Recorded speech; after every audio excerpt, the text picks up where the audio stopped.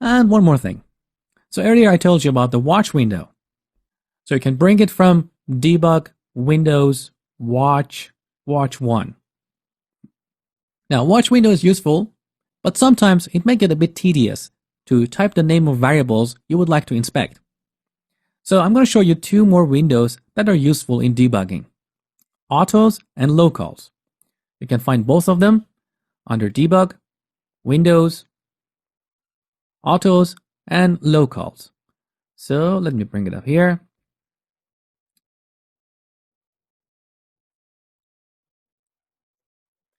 So the autos window is like a watch, but with automatic list of variables.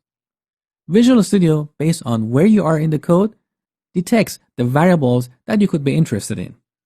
So here you see it has listed I, which is the loop's counter variable. We have the list variable, which is the input into this method. List.count, because we have referenced it here in the code.